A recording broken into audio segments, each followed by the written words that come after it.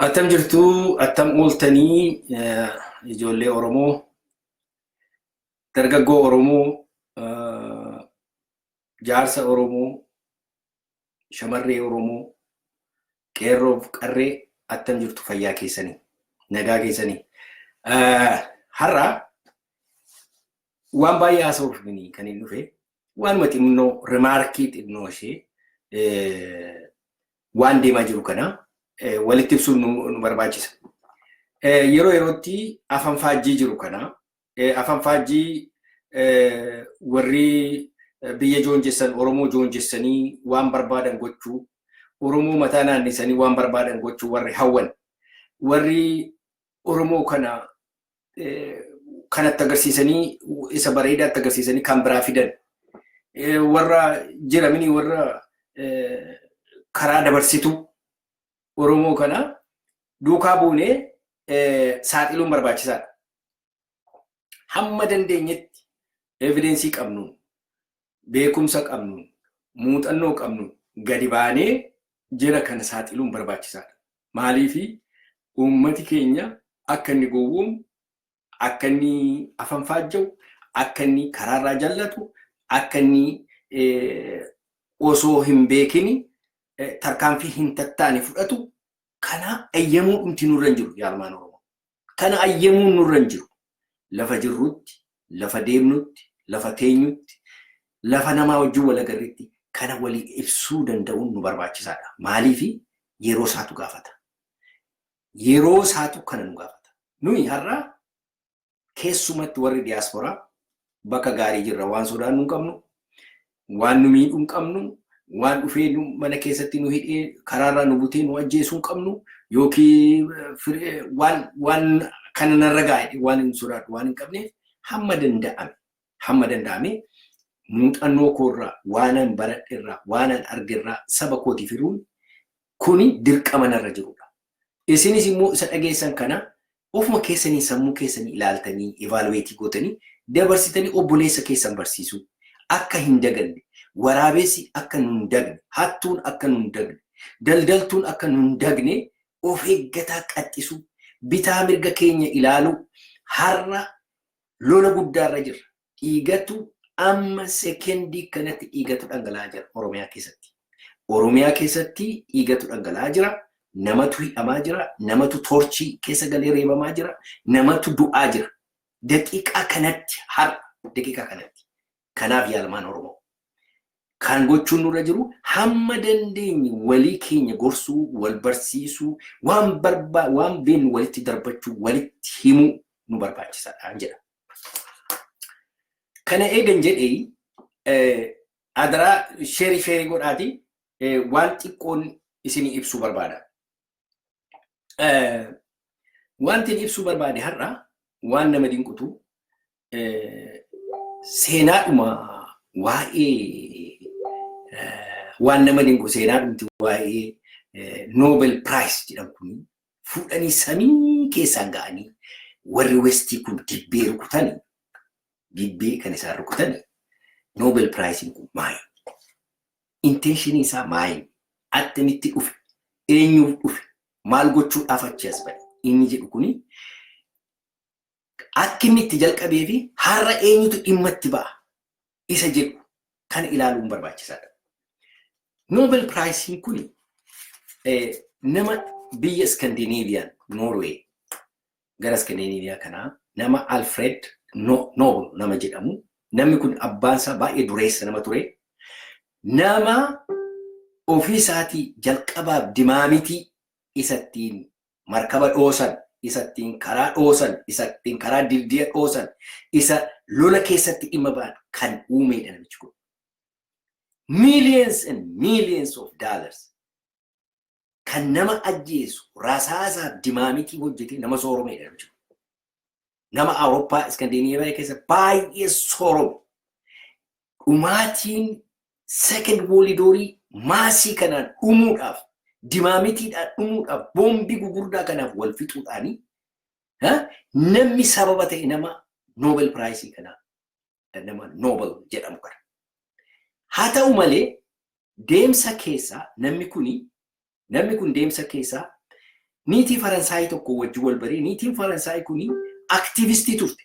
Aktiivistiin kuni maaliif kana goota kan jedhuudhaanii gorsa baay'ee gorsite nama kana.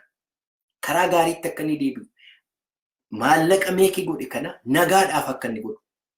Baay'ee waan influensii gootiif namichi kuni 1896 keessa gara dhumaa jala yeroo du'uuf jedhu baay'ee dureessa waan tureef maallaqa guddaa waan qabuufi horii walitti qabadhe kuni jedhe. Horii walitti qabadhe kuni badhaasa nama humanitiidhaaf waa godheef. Chemistry, physics, maaloo, biology nama waan haaraa discovery godhe tokkoo fi badhaasi naaf kennamu. Foundationii dhaabaatii naaf kennamu jedhe. Jedhee hin kute gaan hin du'e. Kun egaa wiilii isaati namichi kun. Yeroo kana jedhu amma achis deebi'anii warri foundationii kana geggeessanii irratti wal lolaa turan akkasiin jedhe akkas jedhe akkasiin jedhe akka jedhe amma isaa dhiifu. Haa ta'uuti foundationiin kun nagaadhaaf nama hojjetu. Keessumatti siyaasiyaa nagaadhaaf nama hojjetu. Nama waan haaraa discovery godhe. Nama nuclear bombii isatti nama fixan discovery godhe jedhu. Nama waan haaraa discovery godhe. Humanityidhaaf kan ta'u irratti hin badhaasu. Kuni akka ta'ettutu jiru mee gara booddeetti xiqqoo an nama lamaan tokkoon isinii kenna example nama jarri kun badhaasan. Mee warri yaadattanii ilaala Kissinger nama jedhamu. Nama Secretary of State Amerikaa nama ture nama Kissinger kuni Kissinger nama jedhamu jaarsa Yahudii tokko badhaasanii namichi kuni Cambodia bombaardii godhe nama lafarraa duguugeffateedha. Kana beektu ilmaan Oromoo. Isa miti. Inni kun egaa ture. Dhiyoo kana namni jarri kun badhaasan Myanmar keessatti suu ishee jedhamtu muuvimentii peace muuvimentiin jalqaba jettee hamma dhuftee taayitaatti dhuftutti warra militarii sana dura dhaabbattee peace prize argattee eega taayitaatti dhufte ijoollee Islaama Myanmar akka jirutti genocide namni dhaga'uu hin barbaanne ija keessaniin arguu waan hin barbaanne commitment crime akkasii committee gootaniiti kun. Inumayyuu biyyi lafaa galagalee suuni mulqamuu qabdi. Misteekii godhame hin jenne Noorween hin barbaadu dhimma hin qabu. Mee dhaggeeffadhaa ilmaan Oromoo. Waan Noorween saba keenya irratti hojjete hammana jedhee isinitti himuu danda'u. Noorween akka nama negotiatoriitti yeroo ka'anii waan tokko peaceful negotiation waan jedhamu keessa Noorweetu dafee of waamu. Warri Noorwee kuni dafanii of waamanii mee Sri Lankaa keessatti waa isaan hojjetan dhaqaati ilaala. Taamil milishaa waggaa meeqa Sri Lankaa keessatti bilisummaa saba isaatiin saba Taamiliif lole harka qabanii diktaatarii warra Sri Lankaatti kennanii lafarraa duguuganii ficcisiisan. Kanarratti kiritisizimii meeqatu irra gahe Noorweerra. Noorween isa duwwaa miniga. Isa duwwaa mini. Mee ilaala yoo gara booddeetti deebinee ilaalle mee Obaamaa ilaala. Obaamaa Nobel Prize jarjaranii utaalanii Nobel Prize. Maaliif Obaamaadha kennan beektu? Obaamaan ashkaraa warra corporateeti. Warra Washington consensus warra jedhamu. Warra neoliberaalsii neocons warra jedhaman. Warra biyya lafaa cafaqanii cuunfanii nyaatanii saamaa jiran. Gruuppii sanatti dhimma itti ba'uudhaaf dafanii Obaamaa fuula isaa kana dhadhaa dibuu barbaadan. Gaafa inni isa argatee achi as galagalee nama kana kan lafarraa duguuge. Gazaafii jettaa maaloo jettaa nama bombaardii godhee naanna'ee miidilistii biyya Arabaa kana akka jirutti kan lafarraa duguugaa ture Obaamaadha. Ilmaan Oromoo. Jarri kun amma Nobel Peace Prize kun egaa intention isa tinjal qabe sana completely kan biraa hojjechuutti ka'e. Kan biraadha hojjechuutti ka'e. Kan biraa kan inni hojjetu amma namichi kun utuu du'aa ka'e dhuguma kana hunduma sheerkaa wanta inni sassaabu natti fakkaata. Funyaan ishee qabee hunduma kanaga amma waa'ee Nobel Prize kana xaaxaa isaa history isaa iyyuu baay'ee keessa lixuun barbaadu. Maaliif isin dubbifattanii bira ga'uu dandeessu? Mee waa'ee kan keenyatti waa'ee Abiyyitti adeemna. Eertiraa fidee deebise. Amma dhuguma Abiyyitu Eertiraa deebise ilmaan Oromoo. Maaliif wal goomsinaa? Abiyyi akka itti dhufe qaba. Warri alaa warri Westii qopheessanii nama dhimma itti ba'uu danda'an. Horn of Afrikaa keessatti dhimma itti ba'uu dandeenya. Akka barbaanne ajajuu dandeenya. Uummata Oromoo nu cafaquu danda'a. Humni isaan sodaatan biyya sana keessatti uummata Oromoo waan ta'eef uummata Oromoo nu cafaquu danda'a. Nu ajjeesuu danda'a. Nu qaluu danda'a. Kanaaf isa dhadhaa dibna.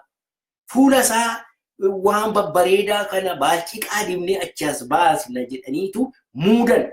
Isa yeroo muudanii akka inni addunyaa biratti acceptance argatuuni karaa harka lafa jalaa Isaayyaas irra pressure guddaa waan kaa'aa turaniif waan sanction irra kaa'aa turaniif Isaayyaasiin dafi araarameedhanii namicha kana buustii goonaadhan. Isaayyaas daftee harka laatte durumayyuu cinqamaa turte ofii isheetii lafa lixxuu dhabde Isaayyaas. Karaa tokko biyya keessaatti ka'anii. Karaa kan biraa wayyaanee sodaateera. Achi deebi'ee Oromoo kana immoo inni immoo taraasaa Amaaraa wajjin mee ilaala amma nagartu Amaaraa wajjin walii galee Oromoo kana cafaquudhaaf ilkaan isaa akkasittiin gayyaaltatee qeensa isaa guddifateera Isaayyaas warqee. Immediately chaansiin kan gaafa argamu utaalee keessatti lafa dha'e. Wanti katabamee hin jiru, agreementiin hin jiru, dookumentiin hin jiru, hundumti isaa soba. Itoophiyaa fi Eertiraan harka wal qaban har'a walii wajjin jiru isan beeku. Garuu temporary soba. Abiyyiin buustii gochuudhaaf jedhaniiti kan isaan kana godhan ilmaan Oromoo. Kun isiniif agaru. Waa'ee Eertiraa hundumti isaa soba feekiidha. Egaa ani kan hin dhufee fi baay'isee kan na dinqetu ilmaan Oromoo har'a. Warra Abiyyiin congratulation jedhu asirratti argee baay'isee rifadhe ilmaan Oromoo. Baay'een gadde. Keessumatti luboota Oromoo, intellectualsii Oromoo, warra politikaa geggeessina jedhu Oromoo keessaa kan ba'an. Keessumatti lafa lolli deemaa jirutti Wallagga keessatti ijoolleen Wallagga akkasittiin karaa irratti utuu dugugamtu ija isaanii dura ganda isaanii keessaa utuu duutu. Kan biraa miti ganda isaanii keessaa ijoolleen Walloo akkasittiin namatti dirmatu dhabdee utuu dugugamtu. Amaaritti nameetu fitu. Gujii manaa wajjin osoo gubanii. Boorana akkasittiin utuu qalanii. Gindabaratiin akkasittiin abiddaan asii gadi osoo gubaa jiranii.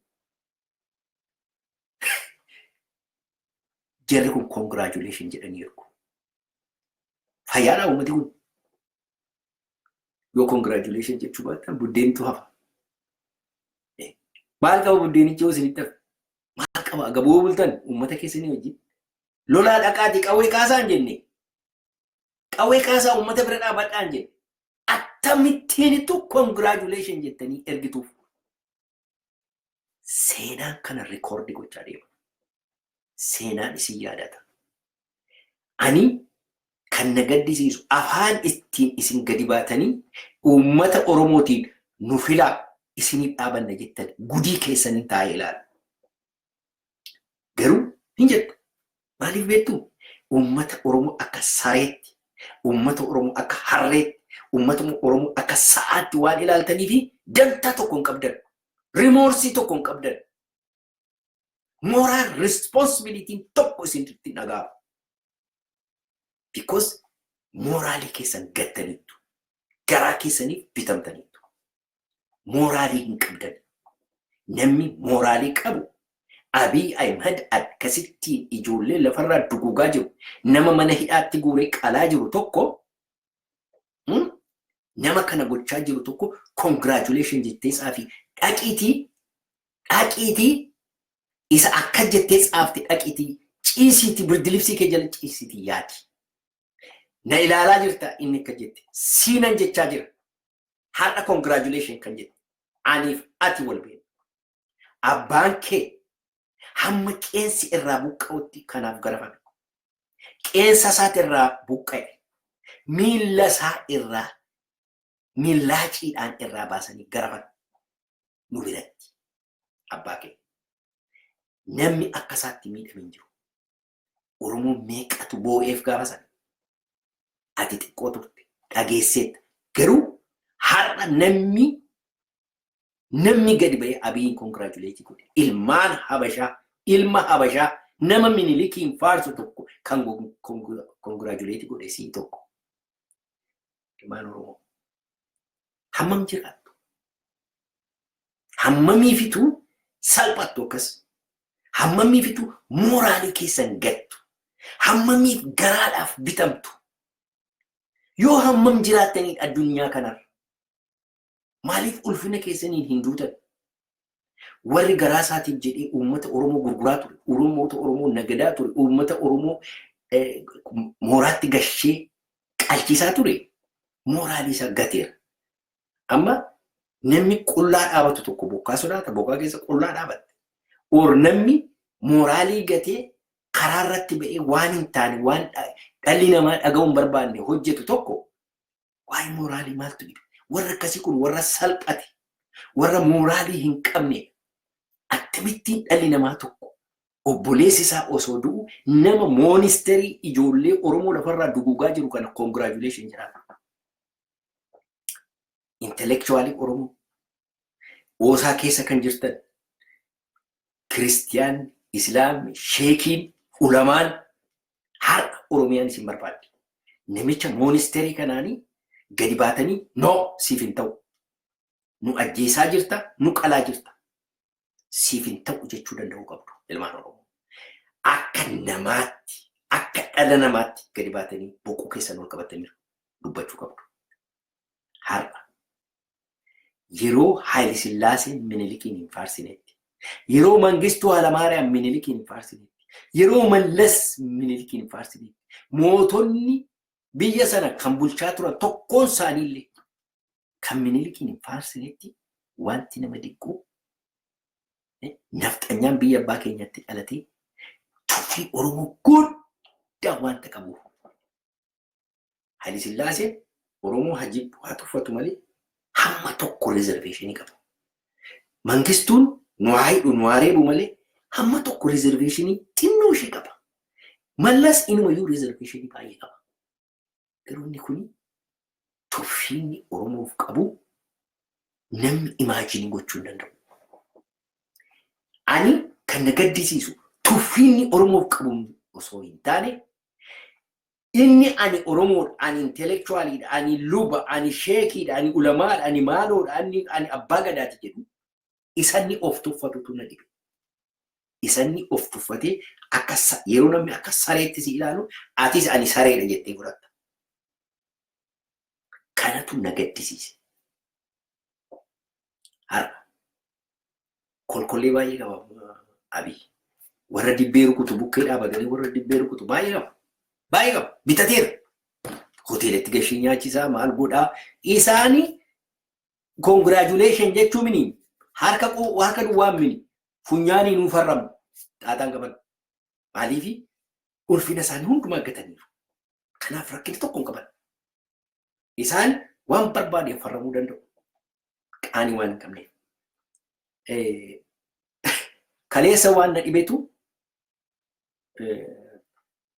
Abiy uummata Oromoo nama lafarraa duguuge fuudhee mooraa Minilik keessatti yeroo inni samiirra kaa'ee jajee achitti peace prize fudhatu. Nama qale tokko jajeetu warri westii dhuftee peace prize hin balfa. Jarri kuni wal dhaalle beeku bara.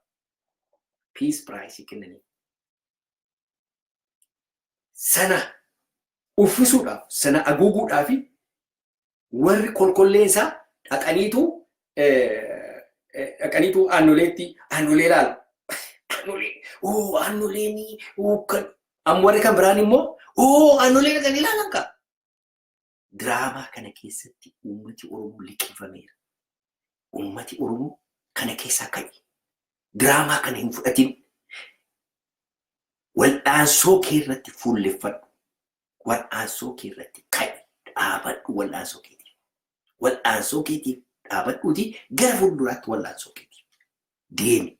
Jira warra daldaltoota si gowwoomsuudhaaf miidiyaa banatti maraattu kana adaraa hin ilaalin. Hin siin jedha. Kan biraan what is next? Isa jedhu yaada dhiiraa dhaamsa sii qaba. Namni sii yaadu hin jiru. Finfinnee keessaa warra Finfinneetti galan keessaa warra achitti galan keessaa wanta akka neegi. Namni tokko waa'ee kee yaadaa hin jiru yaada dhiiraa. Mar'umaan kee hidhadhu. Ilmi kee lagaa lolaa jira. Ilmi kee kuffisee kufaa jira. Kuffisaa jira. Irra aanaa jira. Hin dhageessa gurra keetiin. Ilmi kee ajjeesee du'aa jira. Gadadoo kana keessaa dhiphina kana keessaa si baasuudhaaf wal'aansoo isa dhugaa isa hadhaa'aa isa dhumaa gochaa jira. Gara warra kolkolloota kana warra daldaltoota naggaadee poolitikaa galagalteen ilaalin yaadaniidha. Finfinnee irraa wanti si dhufu tokkollee hin jiru. Abiy Ahmedii kaasee hamma poolitikaa warra poolitikaa geggeessitu achi keessa jirtu tokkoon ishee waa tokko si fidaa jirtu. Kanaaf jabaadhu mudhii kee hidhadhu. Ilaa warri Oromummaa keessanitti amantan, warri bilisummaa Oromootti amantan, warri ulfina ofii keessaniif qabaattanii saba keessaniif ulfina qabdan, warri qullaan dhaabatin, warri wayyaa ofirraa hin buusin, warri garaadhaan hin bitamin, warri jireenya keessan horiitti hin geeddarin, warri mooraalii qabdan hamma tokko mooraalii xiqqoo ishee minciraanni tokko garaa keessatti isin hafte. Kaa dhaabadhaa. Kaa dhaabadhaa. Kaa wabuu wajjin dhaabadhaa. Filannoo tokko hin qabdan. Filannootiin jiru barre.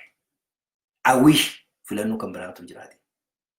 I wish Abiy Ahmed eenyummaa isaa fuula isaa sana isinitti agarsiiseera. Isarraa homaa akkan argine agartan. Filannoo isin qabdanii nama tokko ta'u, lama ta'u, sadii haa ta'u, laga lixee nama qawwee kaasee diina kana isinirraa faccisu duwwaa wajjin kutattanii dhaabattanii lola keessan hamma dhumaatti itti fufuu qabdu. Waan isinii hafu miti. Diinatu isin marsaa jira. Amaarri isin irratti ijaaramaa jira. Nafxanyaan isin irratti hidhataa jira. Haa mee ilaala. Nafxanyoonni akka jirutti mooraa Minilikitti namaniiru. Mee ilmaan manzee isaanii dubbatu dhageessaniitu marraa beeteedhaa haasa'u dhageessaniitu bulgaadhaa haasa'u shawaa amaara shawaa nama tokko waa tokko dubbatu agartaniitu baay'een isaanii achi keessa jiru. Mee galagalaati ilaalaa Kaasaa Kabbadee eessa jira? Shimallis Maazangiyaa eessa jira?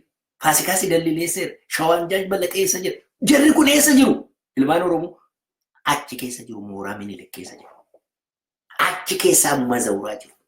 Oromootti. Fiqiree Sillaasee fa'aa Oromootti. Xaxaa jiru. Jarri kun hin duune hundi isaanii jiru. Kana ilaalaa. Waan isinitti deemaa jiru ilaalaa ilmaan Oromoo. Jabaadhaa. Ilaa. Gowwummaa inni gowwummaa caali inni gadheeni. Oromoo gandaan wal ilaalu. Gandaan wal ilaalu. Inni gowwummaa keessaa isa gadheeti. Baay'een isaanii warri Abiyyiin mataarra kaataa turan har'a kana nutti hin fakkaanneedha. Maaliif kun beektu torban tokko of dura ilaaluu dhabuudha.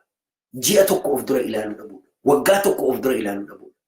Yeroo nu iyyaa baane lakkiin kana nutti hin fakkaanne. Har'a ammoo isuma kana nutti hin fakkaanne jedhetu congratulations jedhee itti arga. Maal inni kun ilaa? Maal? Confusion, state of confusion. Afaan faajjii guddaa keessa jira. Kan kana hiikuu danda'u dirree lolaati. Dirree lolaa duwwaatu hiika. Warra daldaltootaa fi warra gurguramtuu kana agartanii gaama isaanii. Har'a dhibbaa dhibbatti yeroo ilmaan Oromoo dhiigisa akkasitti dhangala'aa jiru kana Abiy Ahmed wajjin dhaabatanii jiru. Dhibbaa dhibbatti wajjin dhaabataniiru. hundumti isaanii regardless abbaaf eenyuun waamuu hin dandeessan. Eenyuun waamuu hin dandeessan Finfinnee keessa hundi isaanii wajjin dhaabataniiru. Hundi isaanii congratulationii erganiiru. Kanaaf yaarmaan Oromoo jabaadhaa, loladhaa. Kan nu baasu bilisummaa walabummaa qofa. Ilaa waan hin hafneetu jira. Wanti namni lolli nu afaan jiru. Taas jaadhannis jibbinis lolli nu afaan jiru. Lola keessa linneerra. Qeerransa eegeen qabanii qabnaan gadi dhiisaniidha. Eegeessa tokko qabdeetti almaan Oromoo. Kana booddee dhugumaa Amaarri na dhiifti ilmaan Habashaa na dhiifti gara booddeetti deebitee jennaan dhumiisa isa dhumaa. Maaliifi kanaan dura jarri kun natti ka'aniiru ammas deebi'anii natti kan waan jedhuufi hundumaa lafarraa duguugu hunduma ishee jilbeeffachiisu. Kanaaf ilma Habashaa kana waraabessa isa nama keenya fixaa jiru kana hamma dandeenyu wal geenye harka wal qabannee waboo bira dhaabannee ofirraa galagalchuun nurra jira. Ilaa waan tokko beekaa namni seenaa beeku seenaa wallaansoo namni beeku Abiyyiin hin deeggaru. Nama seenaa wallaansoo hin beekne duwwaatu deeggara. Nama seenaa wallaansoo hin beekne duwwaatu Abiyyiin deeggara. Kanaaf hamma dandeessan kanaafi Abiyyiin dura dhaabachuu qabna. Kana jedheetanii irraa bu'aa galatoomaa Waaqayyo isin haa eebbisu. Kana booddee afaanii Amaaraatiin warra Tigrootaatiif haasa'uun barbaada. Xiqqoo Amaariyaa afaan Amaaraa hamma tokko immoo afaan Tigiriinyaatiinis walitti makaan haasa'a. Warri barbaadanii eeguu dandeessu, warri barbaadan deemuu dandeessu. Amma kana fixeera nan cufaa jechuudha. Nagaatti tola.